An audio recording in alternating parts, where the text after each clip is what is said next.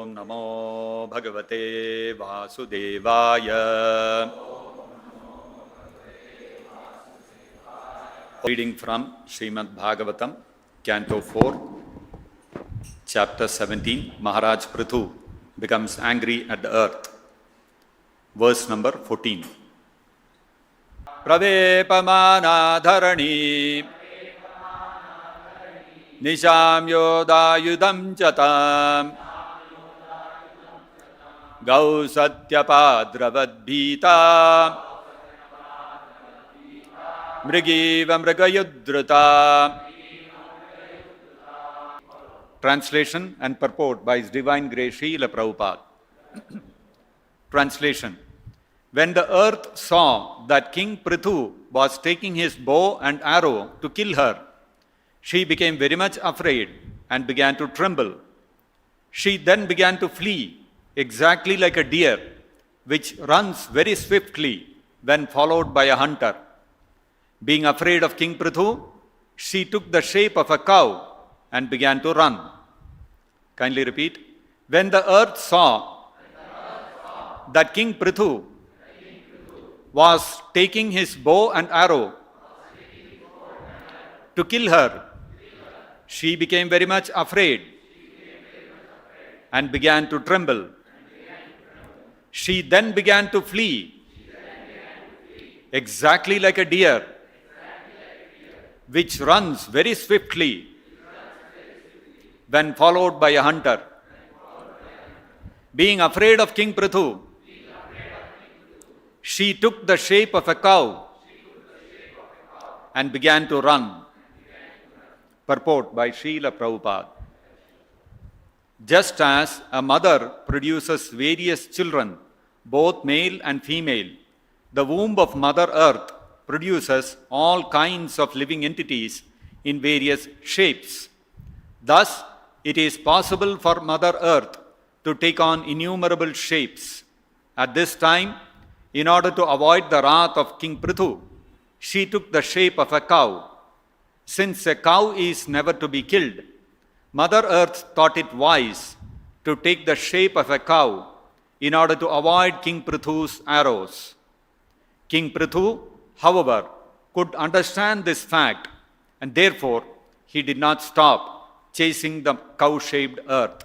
Thus ends the Bhaktivedanta purport. Last few weeks, the one thing which has been capturing all the media attention, what is on the top of the headlines, the tariffs being imposed by the United States under the leadership of Donald Trump, president.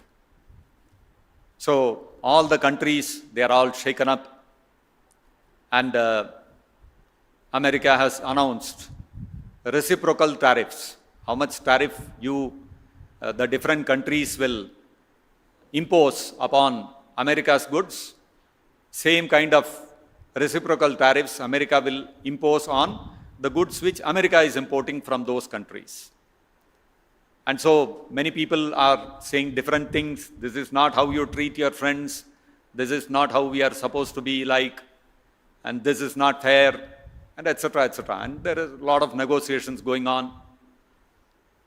And finally, a few days back, when the tariffs were finally rolled out, all the stock markets went into a deep dive. Everybody started selling whatever stocks they were holding. And so the news were reporting trillions of dollars of wealth is wiped out. So many people have lost so much money. So many companies, their valuation has come down. And all these kind of things. So today it's all wealth is in terms of net worth, in terms of valuation, not in real hard money. So what has happened? Why everybody is going into, why is everybody trying to sell off their stock, and why are the stock markets plunging? Because the analysts are saying that people are afraid that the world may go into recession. And if it goes into recession, better to have cash with you. Otherwise, if you have invested in anything, you will lose money. So everybody is selling off whatever stock they have and converting it into actual cash. So everybody is afraid. Nobody knows what is going to happen. And so this has been dominating the news everywhere. And the ripple effects have reached India also. And suddenly what has happened is the government has announced that the price of LPG is going to go up by 50 rupees per cylinder. And petrol is also going to go up by some 2 rupees or something like that. Somebody was telling me. So the common people are all afraid. Now what will happen to us?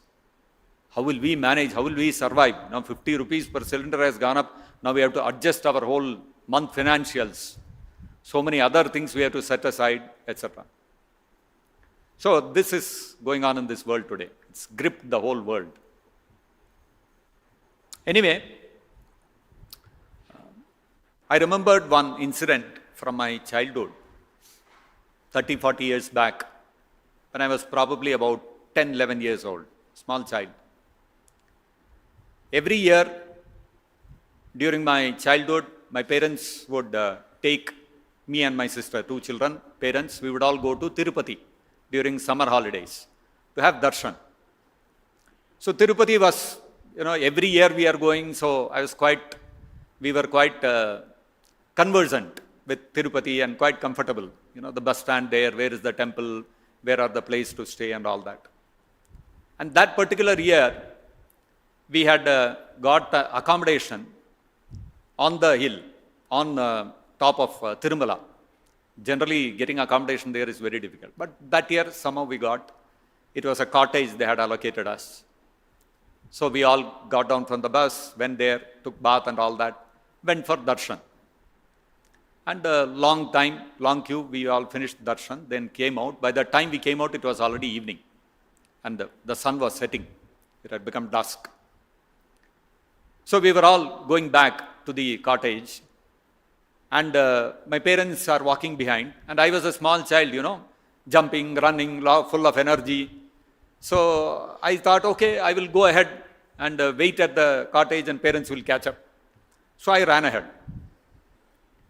And after running for a few minutes, then I'm looking around, I realized this is not the place where our cottage is supposed to be. So I realized I have lost my way. I came to the wrong place. Then I turned around. I'm turning around, my parents are not to be seen. I was like, what happened? Then I started running back. Then I ran back, I went into some other street. Now I was totally lost. I was terrified. And my heart was pounding and I did not know what to do. And I thought my life is finished. Now my parents are lost. Now I'll become some beggar in the street. That's all. No protection. That's all. Finished life. In the meantime, what happened? My parents, they saw that I had run off and somewhere the child has got lost. So my mother went to one booth where they announce, lost, somebody is lost, they announce. And she started telling them to announce my name and where are you and all those kind of things. They have a system of announcing lost, people who are lost. And so on the loudspeaker, this announcement is coming. But I am so engrossed in my fear that I did not hear anything. The announcement is going on. My name is being announced. Come to so-and-so place.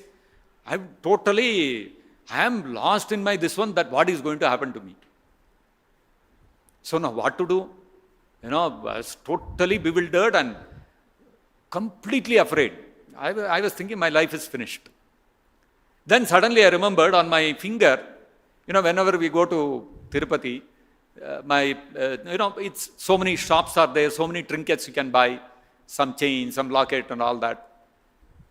And whenever we would go every year, it used to be my favorite thing to buy one ring, a plastic ring, red color plastic ring with, they would have inscribed Tirupati Balaji's image on that. So I was wearing that.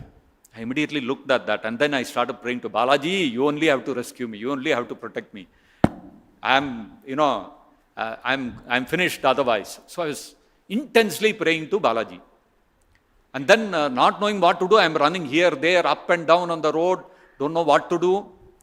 And then I'm praying to Balaji and catching him and like this, Balaji, you have to protect me like that. And then suddenly I turned to my right. I don't know, simply just like that I turned right.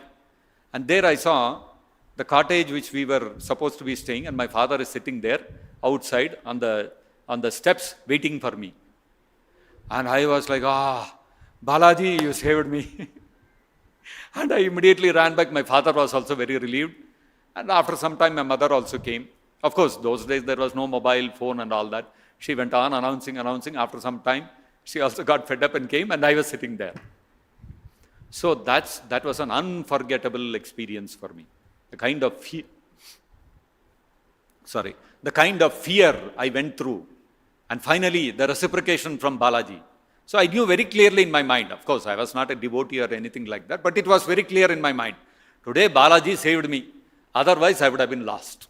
And it's a true fact also. So anyway, today's verse, if we see, what has happened? Mother Earth, she is not producing enough food grains. All the citizens of the earth, they are all very much afflicted. They have all become malnourished. They don't have enough grains, no fruits. And despite doing all their duties, earth is not producing enough. So all the citizens approach the king, Prithu. Prithu is an incarnation, Shakti-avesha avatara, an empowered incarnation of Krishna. So they approached him. And Prithu investigated, found that everybody is doing their duty. So the people are not at fault. Despite the citizens doing their duty, Mother Earth is not producing enough food grains. Who is at fault? Mother Earth is at fault. Prithu Maharaj immediately picked up his bow and arrow and fixed his arrow to the bow, saying that I am going to release this arrow and finish Earth. She is not doing her duty. The moment Mother Earth saw this, what happened? What was her reaction? Dharani, Mother Earth, pravepamana, she began trembling. She was shaking from head to toe. And Nisham Yoda Yudham Chatam, seeing him, seeing Prithu Maharaj, having raised his bow and arrow, she became terrified. And what did she do? To protect herself, Dita, out of great fear, what did she do? Gauhu Sati Apadravad. She took on the form of a cow and she started running, being chased by Prithu Maharaj. And the example given here is Mrigayudruta Mrigi Iva. Exactly like a deer flees from a hunter who is chasing the deer. So you see, whether you take an animal like a deer, or you take a child like me when I was lost, when I lost the shelter of my parents, or at the global level, you take all the different big companies, organizations, wealthy people, common factor you can see everywhere is fear, bhaya.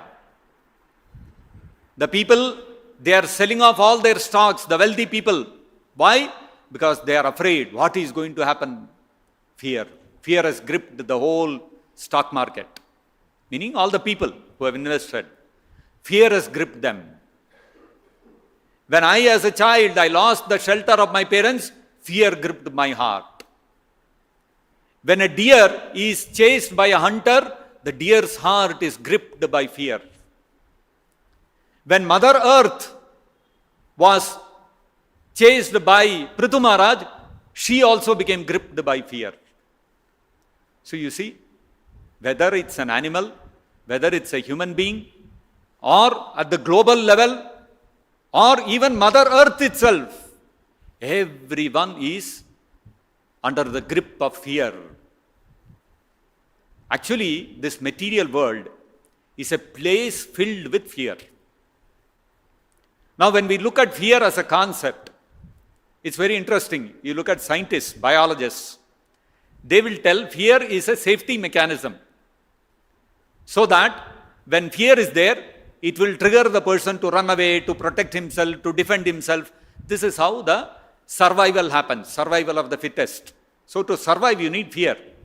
So they reduce fear to some phenomenon, which a chemical reaction, automatically it happens for the survival.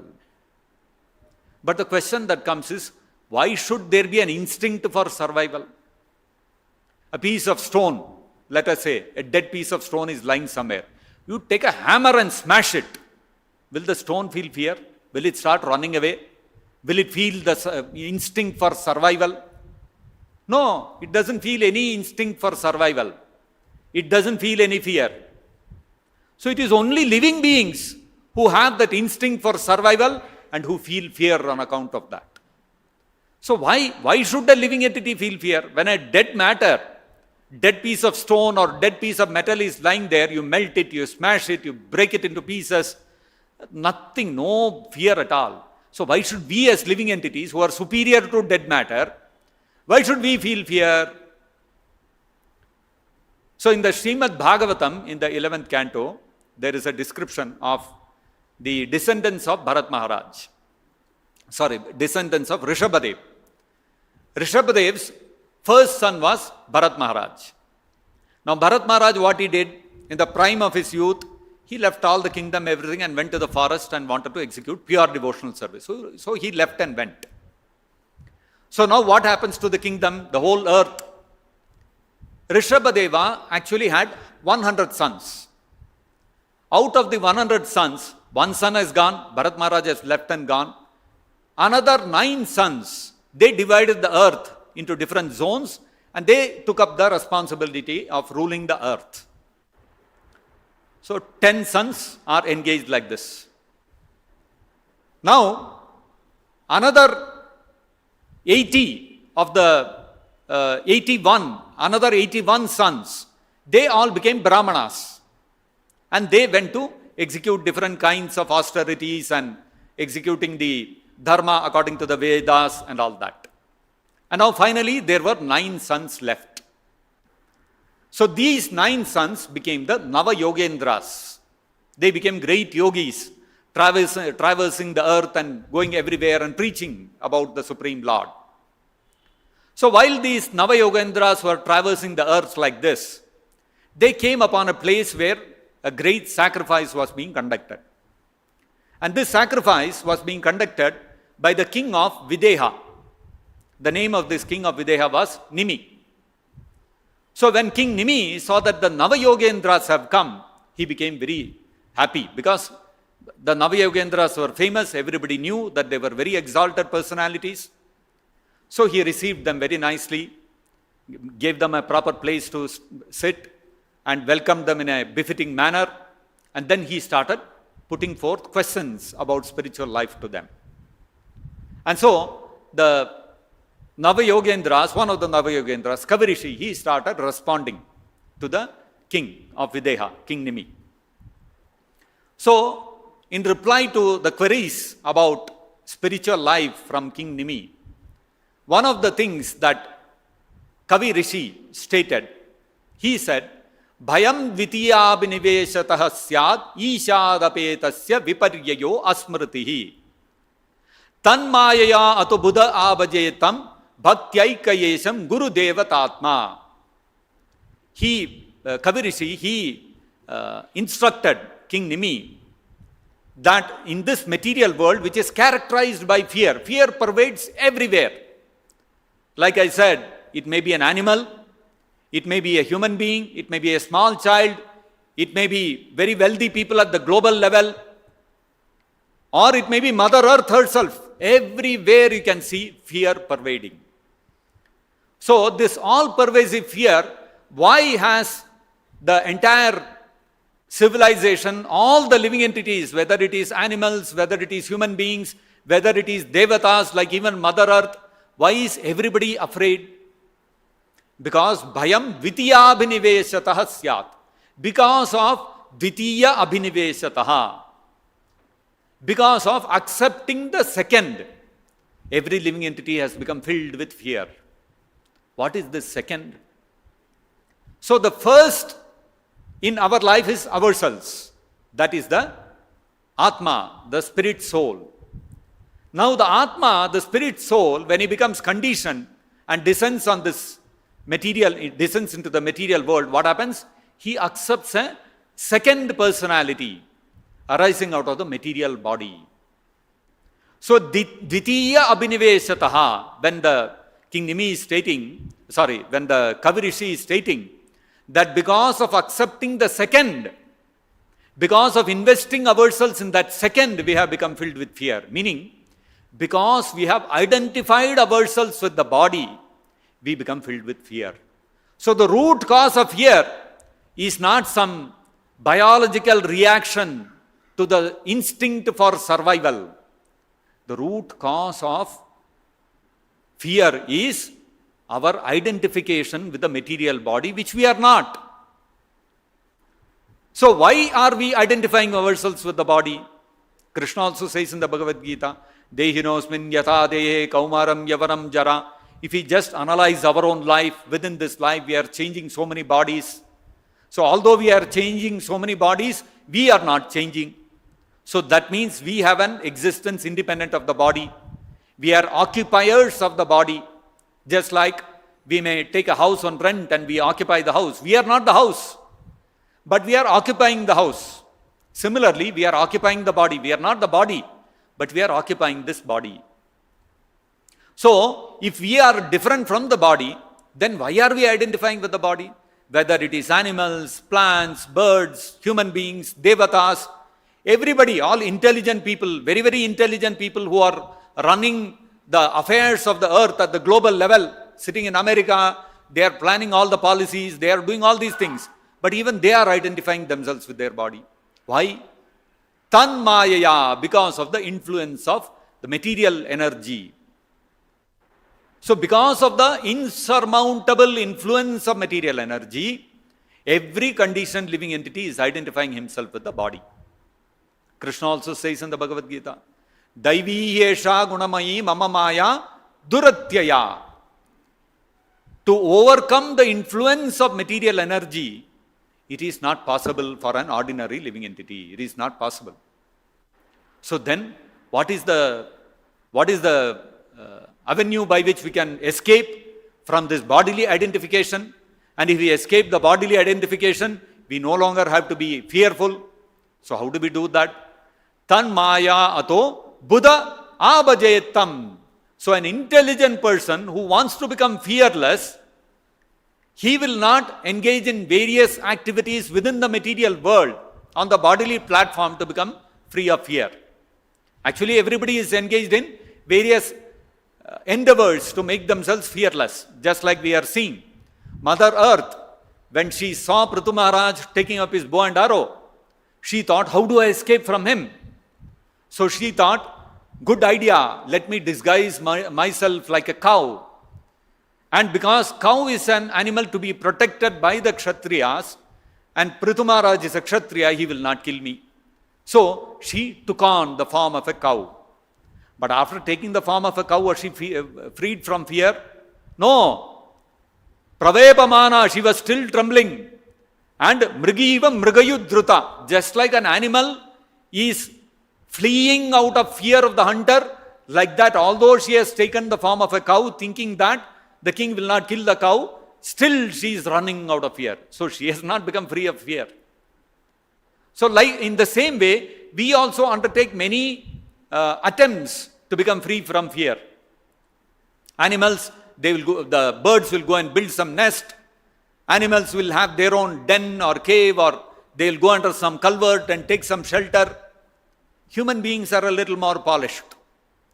What we will do, we will create a bank account, take a life insurance policy, we'll take a medical insurance, and still not happy, we will go for annual health checkups.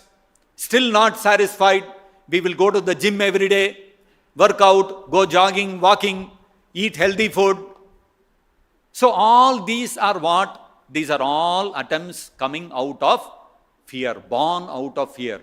What is going to happen to me in the future? I don't know. So let me hedge my fears. Let me take some steps by which I can protect myself. But even after taking all those steps, are we free of fear? No. Just like Mother Earth is not become free of fear, she is still fearful. So therefore, Kavirishi is saying, Buddha, intelligent person, will not engage in material attempts, material steps. He will not take material steps on the bodily platform to become free from fear. So then how will he become fearless? How will he overcome the bodily concept of life? So then Kavirishi says, Buddha abhajetam, he should engage in devotional service. Devotional service to whom? To Krishna, the Supreme Personality of Godhead. Tan mayato Buddha abhajetam. How does one engage in devotional service to Krishna? Now when you talk of bhakti or devotion or bhajana, you will find different classes of people. Krishna says in the 7th chapter of the Bhagavad Gita, Arto artharti jijñasur jnani cha bhartarshava chaturvida bhajante mam sukritino arjuna. Right? 4 kinds of people approach Krishna. All the 4 classes of people. One is artha. Artha means distress. We are distressed. Some disease has afflicted us, or we have lost some wealth. We are facing some misery, some distress in life. We are very much anxious and we are filled with a lot of unhappiness. So to remove that source of unhappiness or fear, we go to Krishna and perform devotional service. Then there is artharthi, people who want a position, people want more wealth. Such people who have some material desires to be fulfilled, they also go and perform devotional service to Krishna. Then there are inquisitive people, jijñasu. They want to know what is going on in this world. Who am I? Where have I come from? Who is God? Does God exist? What is my relationship with Him? He is inquisitive. So intellectually he has a desire, he has a demand, he has some unfulfilled desire. If I get the answers for that, I'll become satisfied. So he is also seeking satisfaction by seeking answers to his queries. And then there is a jnani, a person who is seeking liberation. He has understood this material world is all illusion. I am suffering on account of my bodily identification. I want to get out of this world.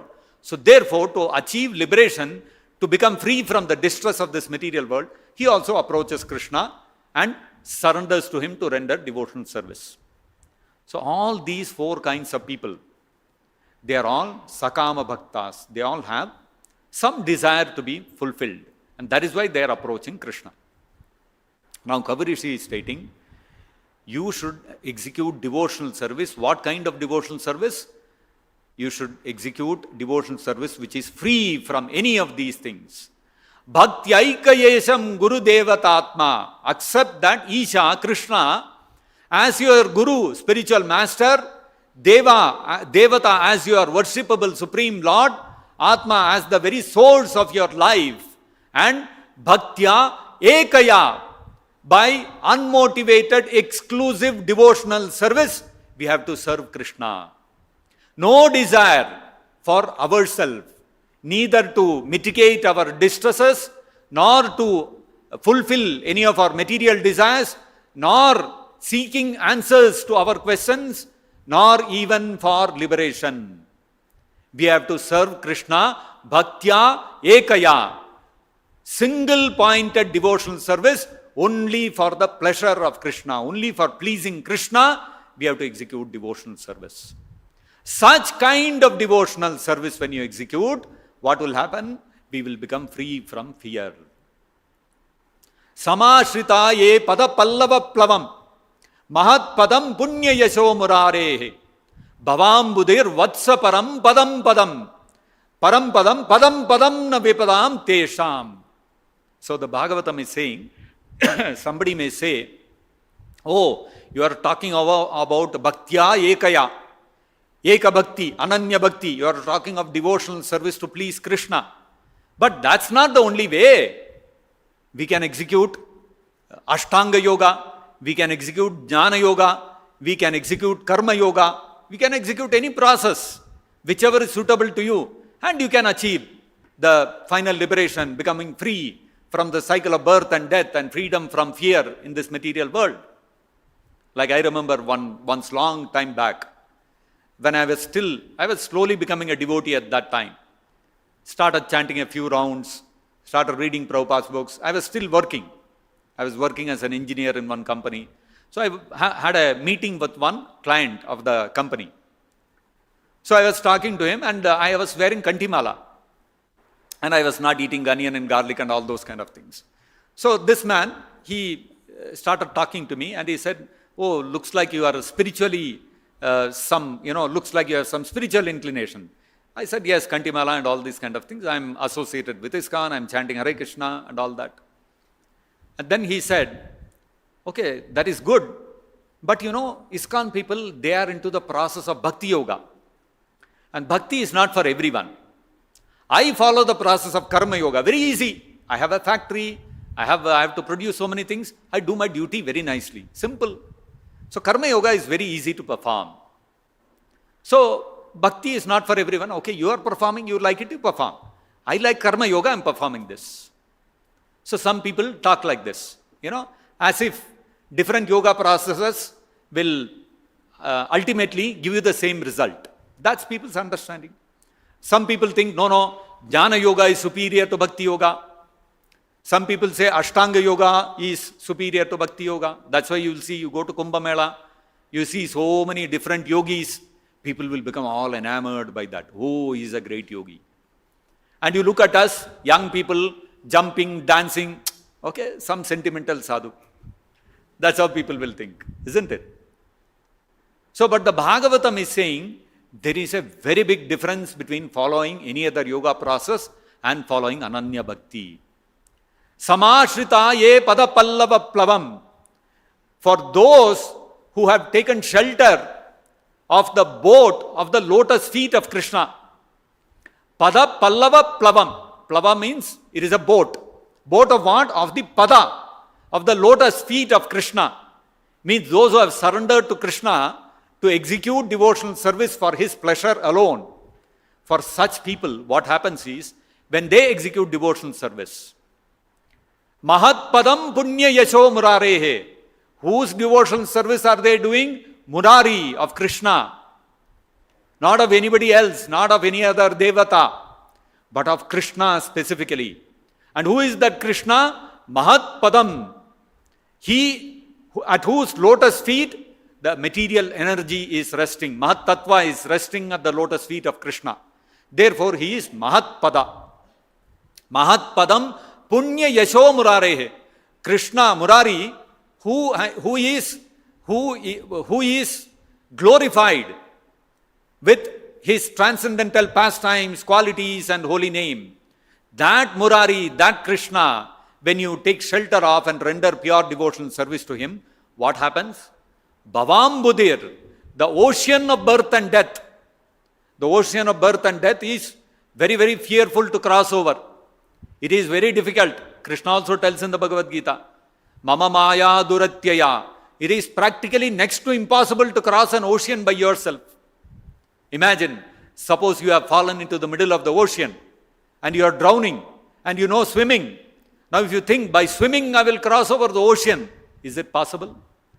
Not possible. And suppose there is a dog also who has fallen into the water of the ocean and the dog is swimming and you think I will catch on to the tail of the dog and cross over the ocean. Is it possible? Not possible. These are all pipe dreams. It's impossible. So, similarly, those who are taking the path of Ashtanga Yoga, those who are taking the path of Karma Yoga, those who are taking the path of Jnana Yoga, for them, Duratya, crossing over the Bhavambudhi, the ocean of birth and death, is extremely difficult. That is why, when Arjuna, in the Bhagavad Gita, in the 12th chapter, Arjuna asked Krishna, who is better, a person who is executing devotional service attached to your personal form, or the person who is attached to your impersonal form?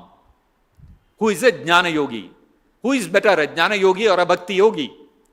Krishna replied, Klesho adhikatarastesham ye avyakta sakta chetasam. Those who are attached to the impersonal form, those who are engaged in Jnana Yoga, for them the path is filled with klesha, filled with difficulties.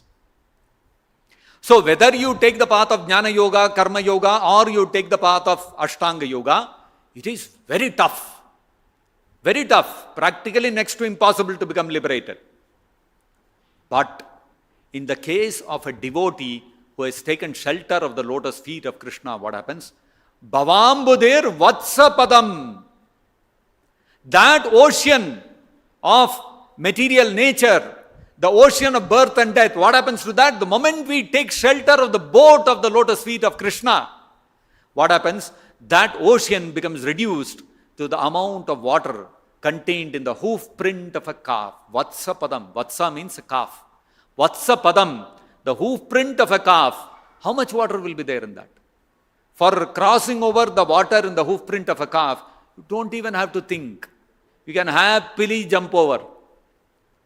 You will not be filled with fear or anxiety. How will I cross this water contained in the hoof print of a calf? Any anxiety? You will not even think about it.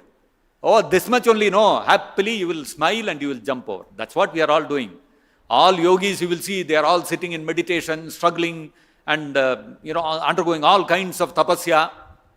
Only ISKCON devotees you will see jumping and dancing all the time. Why? Because Vatsapadam. For us, Bhavambudhi doesn't have any impact upon us. We are not bothered. Let the stock market fall, let Donald Trump impose 100% tariff, let the cylinder price go up by 50 rupees, let petrol price go up by 100 rupees. We are not bothered. We'll come in the morning, sing and dance, go and sit in the ashram prasadam hall, prasadam is ready. Happily eat and go about our service. Not bothered whether the price of LPG went up by 50 rupees or 100 rupees, doesn't make any difference to us. This is not the case in the outside material world. People are all in great fear. What is going to happen? What will happen to my money? What will happen to my future? Everybody, the whole world is, trembling like Dharani. Dharani Pravepamana. Dharani was trembling like that. The whole earth today is trembling. Because of one person in one country, he did announced some tariffs. So the fact is that Bhavambudir Vatsapadam Parampadam. And very quickly we can achieve the Parampada, the ultimate destination. Padam Padam Yadvipadam Natesham. This material place which is full of dangers is not our place of residence. A devotee who has taken shelter of the lotus feet of Krishna, of the boat of the lotus feet of Krishna, he is already residing in Vaikuntha in the spiritual world. He is no more in this material world. Therefore, for him, the Bhavambudhi, the ocean of birth and death, becomes like the water in the hoof print of a calf. So you see, actually, the people who are taking the path of Karma Yoga, Jnana Yoga, Ashtanga Yoga, forget about Karmis. Even the Jnanis and Ashtanga Yogis are also filled with fear. That is why they want liberation. They are afraid that if I continue in this material world, I will have to undergo distress. So I want to get liberated. I want to get liberated. So they are also filled with fear. Why? Because Bhayam Dvitiya Biniveshatah Syad Ishad Apetasya. They have all turned away from Krishna. They have forgotten the shelter of Krishna. Just like when I, in my childhood, I got lost. I lost the shelter of my parents. My heart became filled with fear. So a child, as long as he is with his parents, he is under the shelter of his parents, he is fearless. He is carefree. Similarly, Ishad Apetasya, when we give up the shelter of Krishna, no matter which path we take, whether we take the path of material advancement, economic development, science and technology, or we take the path of Karma Yoga, Jnana Yoga, Ashtanga Yoga, you may take up any path.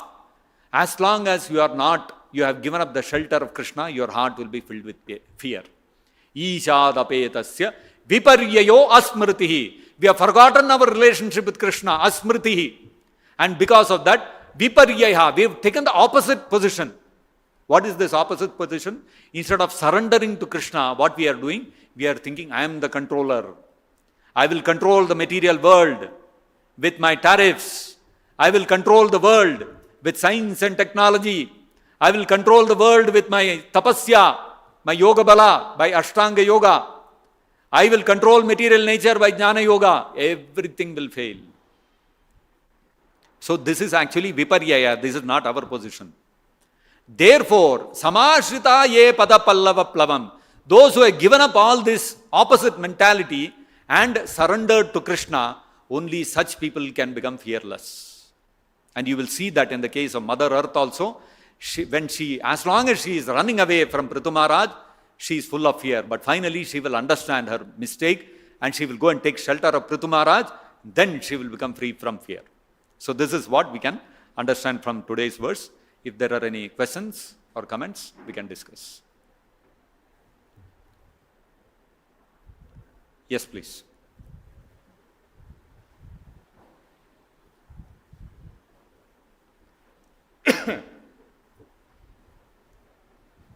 Hare Krishna, Prabhu. Prabhu, as you mentioned in beginning that Rishabh Maharaj have 100 sons and different paths they have chosen. For example, Bharat Maharaj left the kingdom, and similarly, but you mentioned the Nav Yogendras. Yes. So, what's the difference between Nav Yogendras and Bharat Maharaj, who also renounced? Difference, we all know. Bharat Maharaj went to the forest, then he again got attracted to a deer, and then he took birth again as Jada Bharat. So, like that. So, he had a temporary fall down and he perfected himself. The Navayogendras did not have any fall down like that. They were traveling together and they were preaching. That much only. They were also pure devotees. That's how they are also talking about pure devotional service. Bhaktya ekaya. They are also very clear that you have to render unmotivated, unadulterated, pure devotional service to Krishna. So that way there is no difference. They were younger. Bharat Maharaj was the eldest. He decided to go alone and practice. These 9 people, they wanted to, it's like, you can consider the difference between like a Bhajananandi and a Goshtiyanandi. Bharat Maharaj went to the forest and wanted to execute devotional service all alone, Bhajananandi. Navayogendras were traveling and preaching, like Goshtiyanandis, like that. But fundamentally, no difference. Both of them were pure devotees of Krishna. That's how we can understand. Is that okay? Any other question? So everybody is fearless. Hare Krishna. Vishwaguru Srila Prabhupada ki jai. Grantaraj Srimad Bhagavatam ki jai. Nitai Gaur Premanande Hari Hari Bol.